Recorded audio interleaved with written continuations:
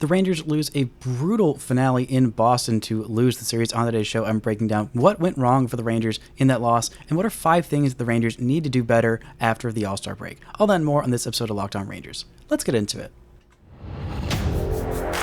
You are Locked On Rangers, your daily Texas Rangers podcast. Part of the Locked On Podcast Network, your team every day.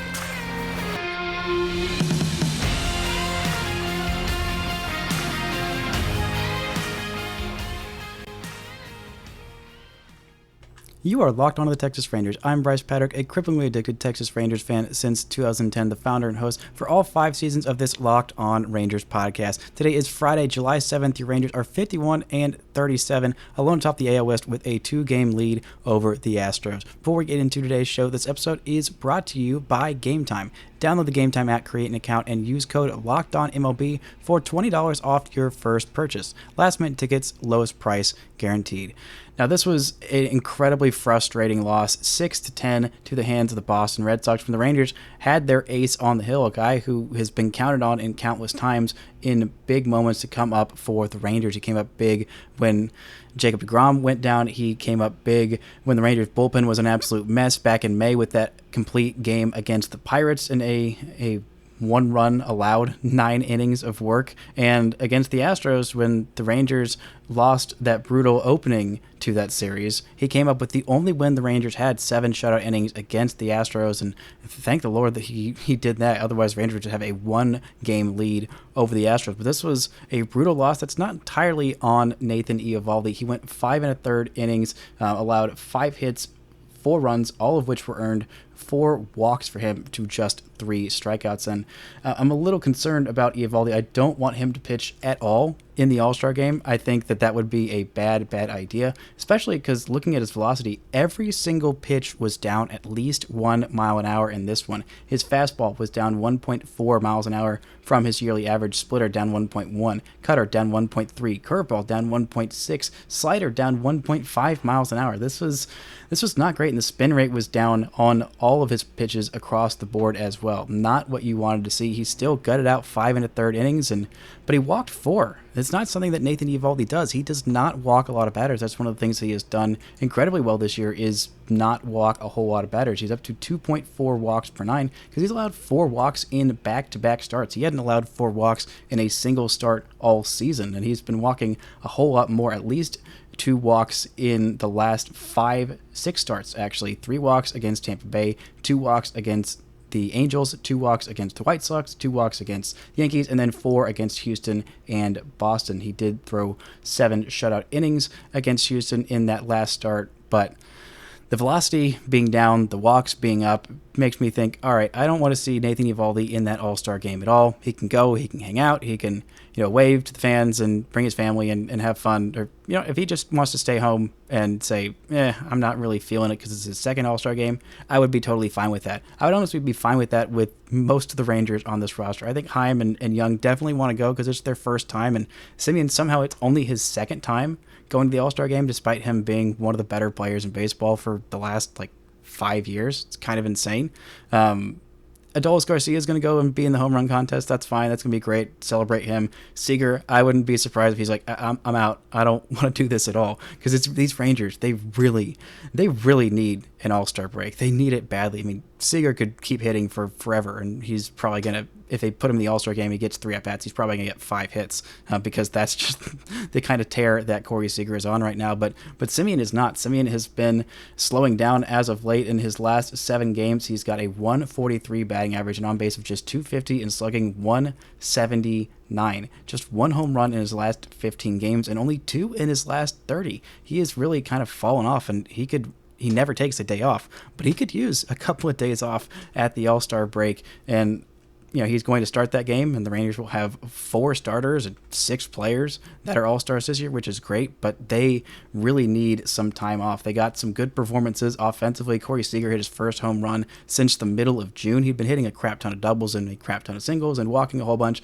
but the power hadn't quite been there in terms of the home run ball during this 24 games that he's been on base for 24 straight games, which is the best streak of his career.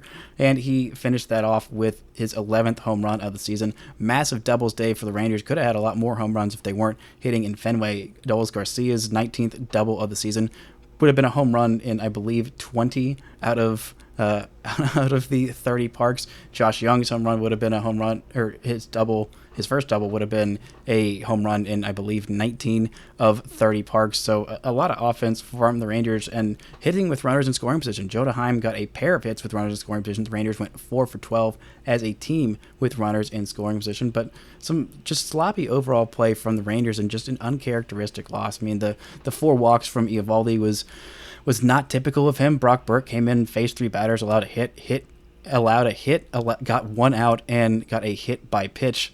So not his best work either. Josh Sborz was just really, really erratic in this one. He allowed 2 walks, 1 hit, and got 2 weak ground ball outs, but he was just all over the strike zone. I mean, or out of the strike zone, I should say. A couple of his pitches were just not even registering when you go back to look at them on MLB Game Day. You just can't even see where the pitches are because they were that far off. A lot of balls in the dirt, and he just did not have it. The Rangers offense was able to get them back ahead, but the bullpen allowed 6 runs in the bottom of the 7th inning. That's just not acceptable. It is not anything that the Rangers offense can come back from. They have a great offense, but I mean, you can only ask them to do so much. When you give up 6 runs in the bottom of the 7th inning, the Rangers were pretty much out of it. I mean, there was a 2-run lead that turned into a 1-run lead that turned into a 5-run deficit. The Rangers were able to cut it back to 6-10 because of that 9th inning home run from Corey Seager, but it was just too much for this Rangers team. They clawed back from down 10-2, so you think, okay, well, this offense can come back, but they shouldn't have to. And I don't know why the Rangers decided to use the bullpen usage that they did in this one. I know that Burke was struggling just a little bit, but he only faced 3 hitters. I thought he could have faced more. Sborz, I get the decision to pull him when they did. He was completely erratic, and they needed somebody to come in, but going with Grant Anderson, who didn't record a single out, he allowed 3 hits, and they were all soft contact. And then bringing in John King in that scenario, I just don't understand it. The Rangers' fascination with John King, who has an ERA over 5.5 at 5.74. He technically didn't allow a single run, but that wasn't because of him. That was because Jose Leclerc came in and cleaned up his mess. King got 1 out and allowed 3 hits, and all 3 of those runs to Grant Anderson, I believe, were when John King came in. It did not make sense to bring him in that situation, especially when you had Aroldis Chapman. I don't think the game was out of hand by any means, but it wasn't a whole lot of hard contact to Grant Anderson, and it doesn't feel really fair to pin this on him. But that's kind of the game you play with these soft-tossing sidearmers like John King, like Grant Anderson. Is sometimes you're going to have a bunch of things just not go your way. A lot of straight single that were not hard hit. I mean, Enrique Hernandez, 52.7 miles an hour off the bat. Christian Arroyo's was 70 miles an hour off the bat. Connor Wong's was 90.1. There was only 1 hard hit ball, actually 2 hard hit balls that entire inning. There was Adam Duvall's double and Justin Turner's single, which was in the middle of, or that started off 3 straight singles. It's just not a whole lot of hard contact, but that's the margin of error you have when you don't have the elite strikeout stuff. You threw Josh Sborz in there, he didn't have it, and you had another guy in there in Aroldis Chapman that you could have brought in that situation, but you didn't. And I'm kind of questioning why they didn't. There were also other options there. But coming up, we're going to look at the Rangers starter for this weekend, why the Rangers decided to make a change, and 5 things the Rangers need to improve in the second half. But first, this word from our sponsors. This episode is brought to you by Gametime. Buying tickets to your favorite events shouldn't be stressful, but Gametime is the fast and easy way to buy tickets for all the sports, music, comedy, and theater near you. With killer last-minute deals on tickets and their best price guarantee, you can stop stressing over tickets and start getting hyped for all the fun you'll have when you go to these events. Forget planning months in advance. Gametime has deals on tickets right up to the day of the event. Get exclusive flash deals for tickets for football, basketball, baseball, concerts, comedy, theater, and more. The Gametime guarantee means you'll always get the best price. If you find tickets in the same section and row for less, Gametime will credit you 110% the difference. Get images of your seats before you buy so you know exactly what to expect when you arrive. Buy tickets in a matter of seconds, 2 taps, and you're all set. Tickets are sent directly to your phone so you never have to dig through your email. Snag the tickets without the stress with Gametime. Download the Gametime app, create an account, and use code LOCKEDONMLB for $20 off your first purchase. Terms apply. Again, create an account and redeem code LOCKEDONMLB for $20 off. Download Gametime today. Last minute tickets, lowest price, guaranteed.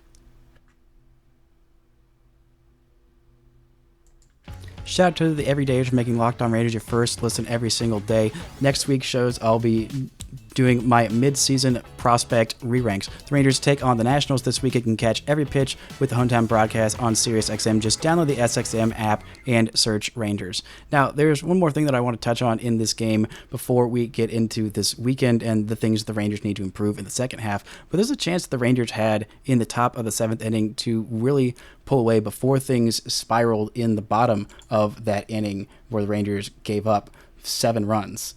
It was the Rangers started off with a pair of hits, a single from Corey Seager and a double from Nathaniel Lowe. The Rangers had runners on second and third with their 4, 5, and 6 hitters coming up and no outs, and they couldn't get anything done with it. Adolis Garcia grounded out pretty weakly to the right side. It wasn't able to get the run home, and Josh Jung struck out again with a runner on third base with less than 2 outs. The Red Sox decided to intentionally walk Jonah Heim because he becomes basically Barry Bonds with runners in scoring position, and it ended up working out because Ezekiel Duran grounded out and the Rangers got nothing, and they lost that lead in the bottom of the inning. But Josh Jung has been incredible this season, and I am the biggest Josh Jung fan. You will not find, actually probably his own family is probably a little bit bigger a fan than I am, but I'm a big Josh Jung believer. And one of the things that's been frustrating for him this season is his strikeout rate, specifically with runner on third and less than 2 outs. So far this season, he has hit very well in that situation. Let me be clear. He's hitting at .278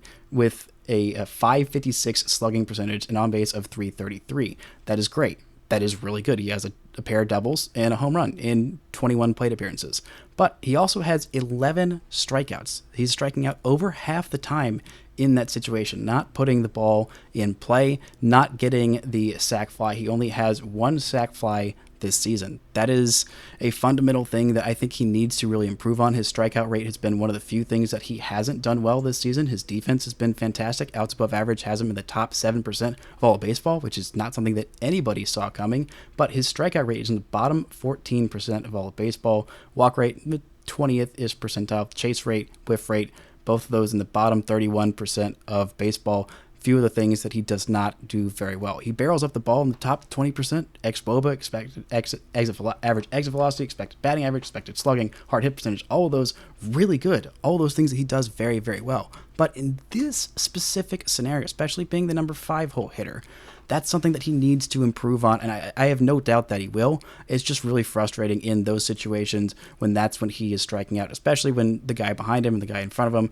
both of them turn into big clutch machines with runners in scoring position in every clutch opportunity. Jung has done that for the most part. I mean, he's been fairly clutch, and like I said, he's hitting .278 in that situation, but just get the ball in play. If he was hitting a little bit lower, had a little bit lower on base, but he is getting the run in more often, I think that would be better, just a little bit better, especially in those late situations where the Rangers lead was just 1 at that point, and just getting 1 run home would have been huge for the Rangers. I still think they might have ended up blowing it, but just that 1 extra run, you never know. Maybe someone pitches a little differently. Maybe Josh Sborz is less erratic. Maybe Grant Anderson's bloop singles don't find holes. I don't know, but just a scenario, one of the few scenarios that Josh Jung hasn't done well this season, and one where I'd like to see him improve. Now, the Rangers are having a change in their starting rotation just for this weekend. Cody Bradford is going to make the start tonight on Friday against the Nationals. Martin Perez is going to be scratched from his start. Andrew Heaney is coming back from the paternity list. He's going to start on Saturday, and then Dane Dunning will start the final game of this pre-All-Star break on Sunday. So that was Nathan Eovaldi's last start before the break. We have seen the last of John Gray until after the break. We have seen the last of Martin Perez until after the break, which I think is good. Martin Perez has had a couple of rough outings out in his last 3, especially that just brutal outing against the Astros on Monday in the wildest game of the season. I think it's good to get Cody Bradford in there. I think we might see more Cody Bradford starts going forward. I have honestly really loved what I've seen from Bradford at the big league level. He is really helping this team. He's stepping into the Dane Dunning role before Dane Dunning became one of the best starters in the American League. And that's great. It is an important role to have. And we saw him step up in that Monday game where the Rangers gave them a chance to come back by going 2 1/3 innings and not allowing any base runners and striking out a bunch of Astros. That was awesome. And I think that giving him more opportunities is going to help this team quite a bit. I don't necessarily want him to be the high leverage guy, but I think that in the right scenario and starting every once in a while, giving these starters some more rest, especially in the stretch of 30 games in 31 days, it's been brutal. This team is exhausted. You can tell. It's just infuriating to watch, and I'm sure they're just absolutely gassed after the stretch. And it's not been easy teams that they've been facing in this stretch. It has been really, really difficult teams. We always knew that this month of July and the end of June were going to be pretty tough on the Rangers. I mean, it started off with that series against the Rays, that this stretch of this many games in this many days, and at Tampa Bay. And then they faced the Angels when they were just hot as all heck. They faced the Blue Jays, who were doing fairly well. The Yankees, who were still a pretty good team. The Tigers somehow managed to claw out a series split, and then the Astros, Red Sox, and finishing it off with the Nationals, who the Rangers just really need to sweep. They honestly need to sweep, and there's no excuse not to at least win this series, and they just need it so badly. They need to give themselves a little bit more breathing room against the Astros, because it's not going to get a whole lot better in the month of August. The Rangers start off with 3 games against the Guardians, and they've got 3 games against the Rays, who are looking a lot more fallible right now. Then they've got 3 more games against the Dodgers, who are also looking kind of mortal. They've had a lot of injuries to their starting pitchers, so maybe this will be the right time to face the Rays and the Dodgers, hoping that both of those skids are still continuing. The Rangers see both these teams in a couple of weeks, or a week and a half in the case of the Rays. Then they go to Houston for 3 games, and then they finish out the month of August on the road in San Diego with 3 games against the Padres, which isn't looking like as tough a task as it did at the beginning of the season. Maybe the Padres will be red hot by then, and I'll look really stupid for saying this, but this is going to be an important month. The Rangers need to keep the Astros at bay. They really need to win that series in Houston, like very desperately, because they missed a big opportunity to give themselves some breathing room against the Astros. Seems like the Angels are falling back down to earth, having an injury to Mike Trout. He is going to be out until 5 weeks, 4 or 5 weeks, it seems, with a hamate bone injury. Anthony Rendon is hurt. I mean, the Angels are having a lot of injuries, and Shohei Ohtani had to leave his last start with a blister. I don't think he'll pitch in the All-Star game, but he might be pitching after the All-Star game, but he's still freaking Shohei Ohtani. He's still the best hitter probably on the planet right now. No, probably. He is definitely the best hitter on the planet, and probably a top 10, 15 pitcher on the planet as well. So he's going to propel that team, and the Rangers really cannot afford to continue the skid. They need this time off to go rest and relax and to be much better in the second half. Coming up, we're going to look at 5 things the Rangers really need to improve, or 5 players that need to improve on the Rangers for the second half. But first, let's word from our sponsors.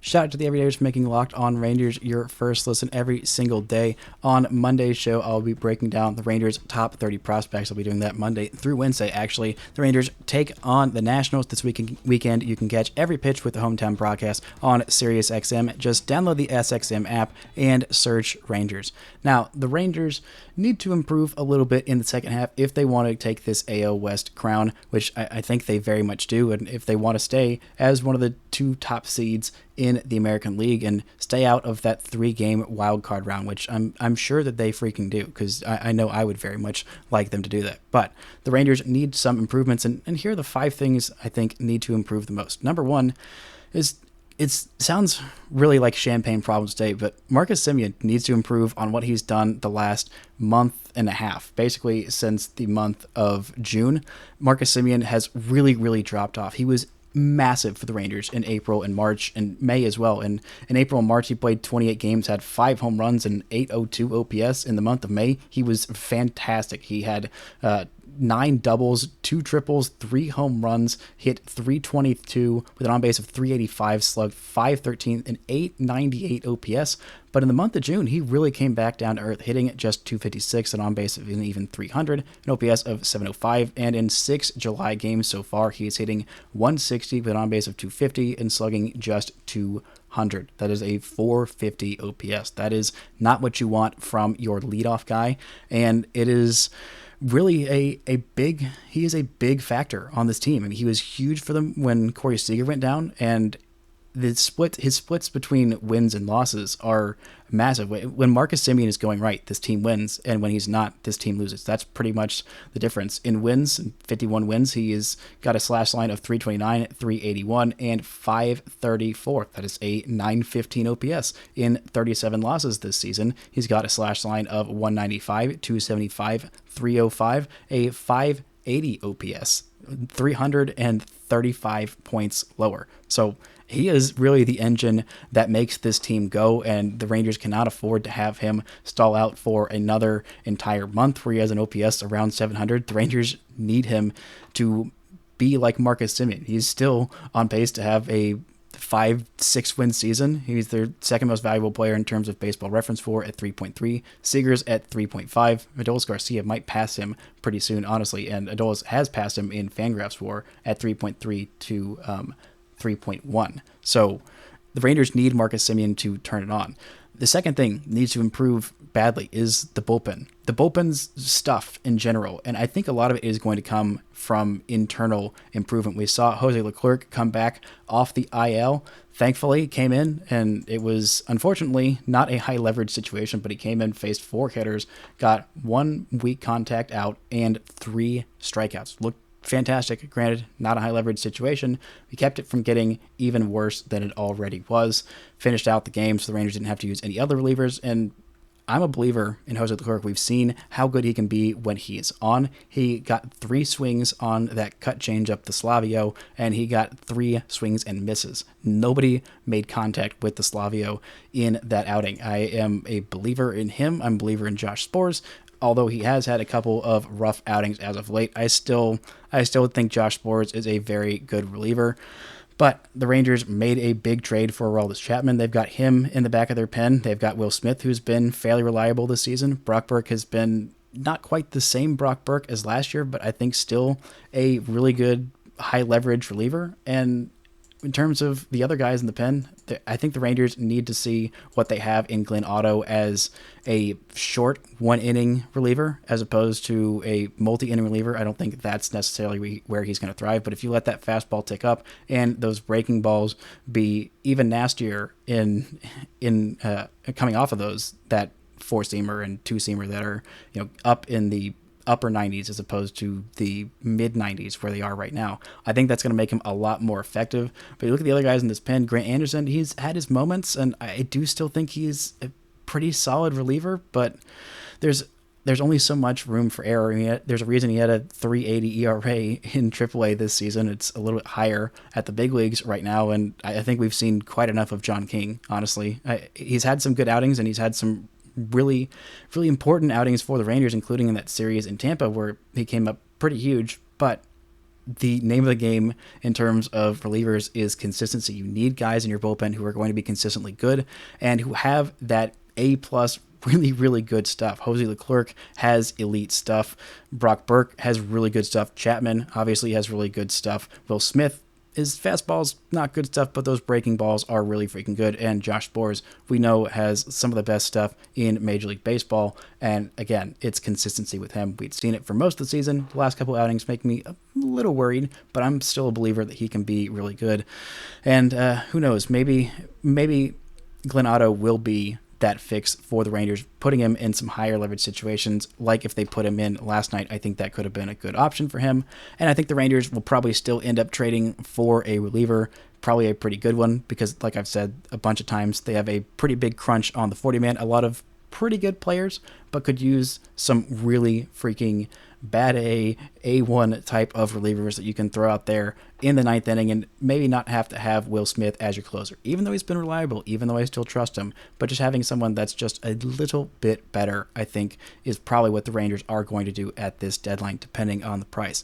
Number three thing that needs to improve for the Rangers is Martin Perez. This season, he has not been nearly as good as last year. He has been significantly worse than last season, and the Rangers need him to improve pretty significantly. He's got a 4.81 ERA in 17 starts, 91 and 2/3 innings in the first half, on pace for about 180-ish innings, and he's been about league average, a little bit 9% worse than league average according to his ERA. His FIP is way higher than his ERA at 5.33. His walks have gone up a little bit this year. The homers have gone up quite a bit, and the hits have also gone up. He is allowing 10.2 hits per nine, 1.6 homers per nine, and 3.1 walks per nine, and just 5.9 strikeouts per 9 innings. The Rangers need him to be better. They need him to be definitely not the all-star that he was last year. I mean, if they could get that in the second half, that'd be amazing. That would be life-changing. It would be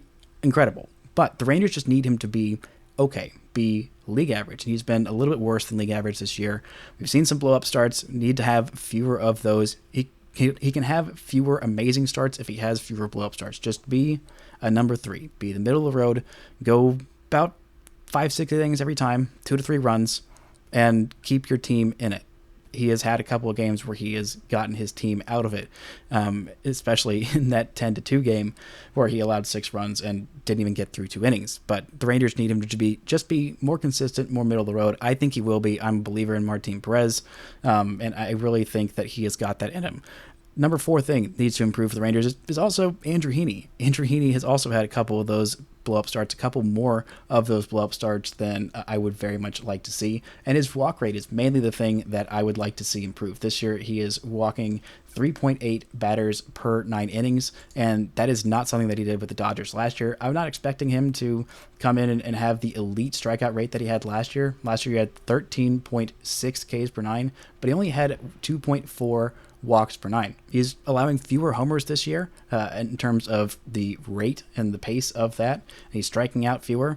That's fine, but I just need him to walk a lot fewer batters. He is not going super deep into games because he is getting in trouble with those walks and those pitch counts. I'm not expecting him to go 6-7 innings every time, but going 5 pretty much every time is what I'm expecting from him. More 6-inning games, great. But when things start to spiral out of control for him, they spiral pretty quickly, like we saw in that game against the White Sox where he was just absolutely rolling, then back-to-back home runs out of nowhere, and the Rangers really had to scramble to get their pen in there. So just a little bit more consistency from Martin Perez and Andrew Heaney. And the last thing I need to see improved is Nathaniel Lowe's slugging. Lowe has been a fantastic on-base player, on-base machine this season, a 362 on base. He is walking at a great rate, but he is not hitting for power nearly enough for the amount of raw power that he has. His barrel rate is in the 32nd percentile of all of baseball. The chase rate is really good in the top 13%, but the swing and miss rate is in the top 22%, and the strikeout rate is in the 58th percentile. So chase rate 87th percentile, whiff rate 78th percentile, and the K rate is in the 58th percentile. So that tells me it's kind of the inverse of Corey Seager. Corey Seager swings and misses at a decent rate, but he doesn't strike out at a big rate because he is swinging and missing early in the counts, whereas this tells me that Nathaniel Lowe is swinging and missing late in the counts. So I think he should be selling out just a little bit more for power because he only has 9 home runs this season. He's brought the doubles power for sure with, 24 doubles that he has this season, but he's only got 9 home runs. He's got an OPS of 650 in the last 7 days. His OPS on the season is 786, which is fine, pretty good, pretty solid, better than league average by, 10, 16%. So just hit for more power. We need to see the second half power surge from Nathaniel Lowe because Corey Seager is getting on base at an insane rate. And if Nathaniel Lowe starts hitting a lot more home runs and you have Adolis Garcia behind Corey Seager hitting home runs, that's going to be a lot of 2-run homers as opposed to a lot of solo homers. And if Marcus Semien can start to get it together a little bit more in the second half than he has in the month of June and early July, then that might be a whole lot of 3-run bombs or, grand slams by Garcia. who knows? And if the lineup's turning over, then maybe Lowe is going to have some grand slams with the amount of elite on-base guys the Rangers have at the bottom of the lineup as well. So just a little bit more power from Nathaniel Lowe is something that I'd like to see. He's been good this year, and the defensive improvement has been amazing, honestly incredible. He has been a very valuable player. And this is a lot of nitpicking because the Rangers are on pace to win the division, and we're on pace to win 100 games. Now it'll probably be something like 95, unless they pick things up in the second half, which I believe they can do if they get improvements in these 5 areas. That's going to do it for today's show. Thank y'all so much for listening and subscribing, and until next time, don't forget to enjoy first place Texas Rangers baseball.